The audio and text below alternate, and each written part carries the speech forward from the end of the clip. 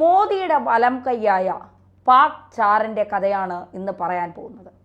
നമുക്കൊരു പാക് ചാരനുണ്ട്, അതായത് പാകിസ്ഥാൻ്റെ മുക്കും മൂലയും അറിയാവുന്ന, പാകിസ്ഥാനിൽ ചെന്ന് പാകിസ്ഥാൻ്റെ രഹസ്യങ്ങൾ ചോർത്തി ഇന്ത്യയിലേക്ക് വന്ന ഒരു പാക് ചാരൻ. ഒരു ബുദ്ധിരാക്ഷസനാണ്, ഒരു കറുത്ത കോട്ടുധാരിയാണ്, പ്രധാനമന്ത്രിക്ക് എല്ലാ ബുദ്ധിയും ഉപദേശിക്കുന്ന, നമ്മുടെ ബ്രഹ്മാസ്ത്രം അങ്ങനെ തന്നെ പറയുന്ന ഒരാളാണ് അജിത് ഡോവൽ.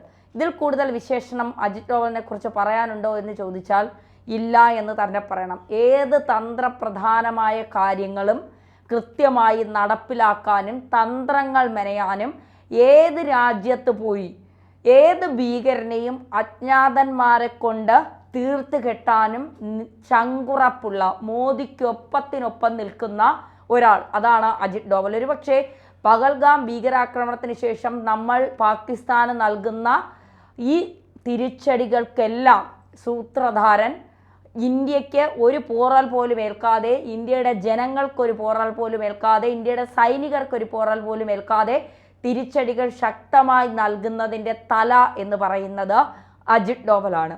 അജിത് ഡോവലിനെ കൃത്യമായി നമ്മുടെ ദേശീയ സുരക്ഷാ ഉപദേഷ്ടാവായി മോദി നിയമിച്ചത് വെറുതെയല്ല. മോദിക്കറിയാം അജിത് ഡോവൽ പാകിസ്ഥാനിൽ വരെ പോയി ചാരപ്പണി നടത്തിയ ആളാണ്. അത്രത്തോളം ധൈര്യശാലിയായ ഒരാളാണ് അജിത് ഡോവൽ. അജിത് ഡോവൽ തന്ത്രപരമായ എല്ലാ മീറ്റിങ്ങുകൾ നടക്കുമ്പോഴും അജിത് ഡോവലിനെ കണ്ട് അജിത് ഡോവലിൻ്റെ കൂടി തീരുമാനങ്ങൾ അനുസരിച്ചാണ് ഇന്ത്യൻ സേന മുന്നോട്ട് പോകുന്നത് എന്നുള്ളതാണ് യാഥാർത്ഥ്യം. ഓപ്പറേഷൻ സിന്ദൂറിൽ പാകിസ്ഥാനെ തകർത്ത ഇന്ത്യയുടെ ബ്രഹ്മാസ്ത്രം ഏതാണെന്ന് മാധ്യമങ്ങൾ ഒരുപാട് ചർച്ച ചെയ്യുന്നുണ്ട്. റഫേൽ യുദ്ധവിമാനം തൊട്ട ഏറ്റവും അത്യാധുനികമായ മിസൈൽ, ഡ്രോൺ ശൃംഖല വരെയുള്ള ആയുധങ്ങൾ ഇന്ന് ലോക മാധ്യമങ്ങളിൽ വരെ ചർച്ചയാവുകയാണ്. പക്ഷേ നരേന്ദ്രമോദിയുടെ യഥാർത്ഥ ബ്രഹ്മാസ്ത്രം ഇത് ഒന്നുമല്ല. അത് പാകിസ്ഥാൻ്റെ ഓരോ മുക്കും മൂലയും നന്നായി അറിയാവുന്ന ജെയിംസ് ബോണ്ട്, റാംബോ ചിത്രങ്ങളോട് കിടപിടിക്കുന്ന ഒരു അപസർപ്പക ജീവിതമുള്ള ഇന്ത്യയുടെ സൂപ്പർ കോപ്പ് അജിത് ഡോവലാണ്. ഇപ്പോൾ ഓപ്പറേഷൻ സിന്ദൂറിലൂടെ പാകിസ്ഥാനെ തകർത്തതിന് പിന്നിലെ ബുദ്ധിയും ഈ 80 വയസ്സിലും യുവത്വം കാത്തു സൂക്ഷിക്കുന്ന ഇന്ത്യൻ ജെയിംസ് ബോണ്ടിൻ്റേതാണ്. 1945 ഇപ്പോൾ ഉത്തരാഖണ്ഡിൻ്റെ ഭാഗമായ പൗരി ഗഡ്വാളിലെ ഗിരി ബനേസൂൾ ഗ്രാമത്തിലാണ് അജിത് ഡോവലിൻ്റെ ജനനം. അജിത് കുമാർ ഡോവൽ എന്നാണ് മുഴുവൻ പേര്. ഗഡ്വാളി ബ്രാഹ്മണ കുടുംബമാണ് ഡോവലിൻ്റേത്. അച്ഛൻ ഇന്ത്യൻ ആർമിയിലായിരുന്നു. അജ്മീർ മിലിറ്ററി സ്കൂളിലായിരുന്നു വിദ്യാഭ്യാസം. പഠിക്കാനും കായിക രംഗത്തും ചെറുപ്പത്തിലെ ഇദ്ദേഹം മിടുക്കനായിരുന്നു. സാമ്പത്തിക ശാസ്ത്രത്തിൽ ആഗ്ര യൂണിവേഴ്സിറ്റിയിൽ നിന്ന് ഫസ്റ്റ് റാങ്കോടെ ബിരുദാനന്തര ബിരുദമെടുത്തു. 1968 ബാച്ച് കേരള കേഡർ IPS ഉദ്യോഗസ്ഥനായി. ഡോവലിൻ്റെ കഴിവ് ആദ്യം തിരിച്ചറിഞ്ഞത് അന്നത്തെ ആഭ്യന്തരമന്ത്രി K. കരുണാകരനായിരുന്നു. 1971 തലശ്ശേരി കലാപം അമർച്ച ചെയ്യാൻ അന്ന് K. കരുണാകരൻ അവിടത്തെ ASP ആയി അയച്ചത് ഡോവലിനെയായിരുന്നു. അന്ന് അവിടെ അദ്ദേഹം നടത്തിയ പല കാര്യങ്ങളും കലാപം നിയന്ത്രിക്കുന്നതിലേക്ക് മുതൽക്കൂട്ടായി. പിന്നെ അദ്ദേഹം കേന്ദ്ര കേഡറിലേക്ക് മാറി. റോയുടെയും IBയുടെയും പ്രധാന ദൗത്യങ്ങൾ നിയോഗിക്കപ്പെട്ടു. അവിടെ നിന്ന് അദ്ദേഹത്തിൻ്റെ കരിയറും ജീവിതവും മാറി മറിയുകയായിരുന്നു. 1-2 വർഷമല്ല, 33 വർഷം രഹസ്യാന്വേഷണ വിഭാഗത്തിനൊപ്പം ചേർന്ന് പ്രവർത്തിച്ചു. 6 വർഷം പാകിസ്ഥാനിലെ ഇന്ത്യൻ ഹൈക്കമ്മീഷണറായി ഡോവൽ പ്രവർത്തിച്ചു. ഐതിഹാസികമായ ഒരു കരിയറിന് ശേഷം 2005 അജിത് ഡോവൽ വിരമിക്കുന്നത്. അതിനുശേഷം ആത്മീയ പ്രവർത്തനങ്ങളിലേക്ക് നീങ്ങാനായിരുന്നു അദ്ദേഹത്തിൻ്റെ തീരുമാനം. ആത്മീയതയും സേവനവും ലക്ഷ്യമാക്കി വിവേകാനന്ദ ഫൗണ്ടേഷൻ എന്ന സംഘടന സ്ഥാപിച്ച് പ്രവർത്തിച്ചു വരികയായിരുന്നു ഡോവൽ. പക്ഷേ ഡോവലിനെ നന്നായി അറിയാമായിരുന്ന നരേന്ദ്രമോദി അയാളെ വിടാൻ ഒരുക്കമല്ലായിരുന്നു. 2014 മോദി പ്രധാനമന്ത്രിയായതിനു ശേഷമാണ് ഡോവൽ വീണ്ടും വാർത്തകളിൽ നിറയുന്നത്. മോദി സർക്കാർ ഏറ്റവും ആദ്യമെടുത്ത തീരുമാനങ്ങളിലൊന്ന് അജിത് ഡോവലിനെ ദേശീയ സുരക്ഷാ ഉപദേഷ്ടാവാക്കുക എന്നതാണ്.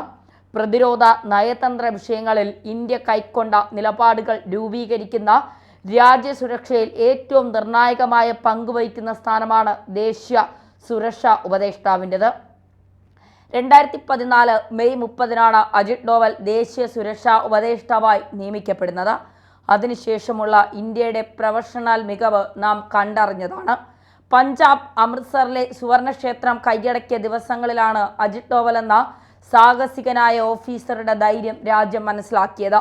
ഭീകരവാദികളുടെ ഇടയിലേക്ക് ഇദ്ദേഹം ഓട്ടോ ഡ്രൈവറുടെ വേഷത്തിൽ കടന്നു ചെന്നു. താനൊരു പാകിസ്ഥാൻ ചാരനാണെന്ന് ഖാലിസ്ഥാൻവാദികളെ പറഞ്ഞ് തെറ്റിദ്ധരിപ്പിച്ചു.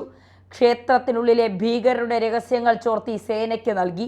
ധീരമായ ഈ സേവനത്തിന് രാജ്യം അജിത്തിന് കീർത്തിചക്ര നൽകി ആദരിച്ചു. കാണ്ഡഹാർ വിമാന റാഞ്ചിലും ഇറാഖിൽ ഇന്ത്യൻ നഴ്സുമാരെ IS ബന്ദികളാക്കിയപ്പോഴും ഭീകരരുമായി സംസാരിക്കാൻ ഇന്ത്യ നിയോഗിച്ചത് ഡോവലിനെ തന്നെയായിരുന്നു. 2016 ഉറി ഭീകരാക്രമണത്തിന് ഉചിതമായ മറുപടി നൽകാൻ പ്രധാനമന്ത്രി ഡോവലിനെയാണ് ദൗത്യമേൽപ്പിച്ചത്. നിയന്ത്രണ രേഖയിൽ നിന്ന് 2 കിലോമീറ്റർ വരെ ഉള്ളിൽ കടന്ന് നമ്മുടെ സൈന്യം ഭീകരരുടെ കേന്ദ്രങ്ങൾ തകർത്തപ്പോൾ വിജയം കണ്ടത് ഡോവലിൻ്റെ കൃത്യമായ പ്ലാനിങ്ങിലൂടെ. Bangladesh, Myanmar, Thailand, Saudi Arabia, UAE തുടങ്ങിയ രാജ്യങ്ങളിൽ നിന്ന് പല പിടികിട്ടാപ്പുള്ളികളെയും ഇന്ത്യയിലെത്തിച്ചത് ഡോവലിൻ്റെ ബുദ്ധികൂർമ്മതയായിരുന്നു. 7 വർഷം പാകിസ്ഥാനിലെ ഇന്ത്യൻ ചാരൻ വേഷം മാറി അവിടെ ജീവിച്ച് പാകിസ്ഥാന്റെ മുക്കും മൂലയും പഠിച്ചെടുത്തു. മുള്ളിനെ മുള്ളുകൊണ്ടെടുക്കുന്ന ഡോവലിൻ്റെ ചരടുവലികൾ ഇന്ത്യൻ സൈന്യത്തിന് എന്നും മുതൽക്കൂട്ടായിരുന്നു. സുരക്ഷാ ഉപദേഷ്ടാവായ ആ വർഷം തന്നെ ജൂണിൽ ഇറാഖിലെ തിക്രിത് IDS ഭീകരർ പിടിച്ചെടുത്തതിന് ശേഷം ആശുപത്രിയിൽ കുടുങ്ങിയ 46 ഇന്ത്യൻ നഴ്സുമാരെ തിരിച്ചെത്തിക്കുന്നതിൽ നിർണായക പങ്ക് വഹിച്ചു. ഇറാഖിൽ നേരിട്ടെത്തിയ ഡോവൽ അവിടെ സർക്കാർ തലത്തിൽ ചർച്ചകൾ നടത്തിയതാണ് ഇത് സാധ്യമാക്കിയത്. മണിപ്പൂരിൽ 18 പട്ടാളക്കാരെ വധിച്ച ഭീകരരെ മ്യാൻമറിൽ കയറിയാണ് ഇന്ത്യൻ സൈന്യം കൊലപ്പെടുത്തിയത്. അതിൻ്റെ പിന്നിലും ഡോവലിൻ്റെ ബുദ്ധിയായിരുന്നു. നേപ്പാളിൽ ഭരണഘടനാ മാറ്റത്തിന് ശേഷം മാദേശി പ്രക്ഷോഭം ഇളക്കിവിട്ട ഹിന്ദു രാഷ്ട്രമെന്ന വികാരം നടത്തി പ്രധാനമന്ത്രിയെ പ്രചണ്ഡയെ താഴെ ഇറക്കിയതും അതിന് പിന്നിലും ഡോവലിൻ്റെ ബുദ്ധിയായിരുന്നു. അതുപോലെ തന്നെ ശ്രീലങ്കയിലെ മഹീന്ദ്ര രാജപക്സെയെ പരാജയപ്പെടുത്തി സിരിസേന അധികാരത്തിലേറിയതിന് പിന്നിലും ഡോവലിൻ്റെ ബുദ്ധിയും ചരടുവലിയും ഉണ്ടായിരുന്നു. പാകിസ്ഥാനിൽ ഏറ്റവും കൂടുതൽ പേടിക്കുന്നതും ഡോവലിനെയാണ്. പാകിസ്ഥാൻ അതിർത്തിയിൽ ബലൂചിസ്ഥാൻ ലിബറേഷൻ ആർമിക്ക് ഇന്ത്യ പിന്തുണ നൽകുന്നു എന്നും ഇതിന് പിന്നിൽ ഡോവൽ എന്നുമാണ് പാകിസ്ഥാന്റെ ആരോപണം. കശ്മീരിൽ വിഘടനവാദികൾക്കും ഭീകരർക്കുമെതിരെയുള്ള പ്രവർത്തനങ്ങൾക്ക് ചുക്കാൻ പിടിക്കുന്നതും ഡോവൽ തന്നെ. ഇതുകൊണ്ട് തന്നെ പാക് തീവ്രവാദികളുടെ ഹിറ്റ് ലിസ്റ്റിൽ ഡോവൽ എന്നുമുണ്ടായിരുന്നു.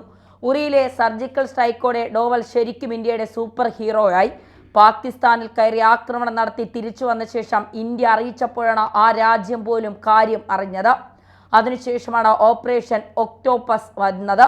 ഇരുട്ടി വെളുക്കുന്നതിന് മുൻപ് പോപ്പുലർ ഫ്രണ്ട് എന്ന പാർട്ടിയുടെ നേതാക്കളൊക്കെയും അകത്തായി. അതിന് രാത്രി മുഴുവൻ ഉറക്കമിളച്ച് നേതൃത്വം കൊടുത്തതും അജിത്താണ്. അരിയും മലരും കുന്തിരിക്കവും വാങ്ങിവെച്ച് കാലനെ കാത്തിരിക്കാൻ എതിരാളികളോട് ആഹ്വാനം ചെയ്ത പോപ്പുലർ ഫ്രണ്ടുകാർ അറിഞ്ഞില്ല പാകിസ്ഥാനെയും പഞ്ചാബ് തീവ്രവാദികളെയും വിറപ്പിച്ച ഒരു കാലൻ തങ്ങളെ കാത്തിരിക്കുന്നുണ്ട് എന്നുള്ളത്.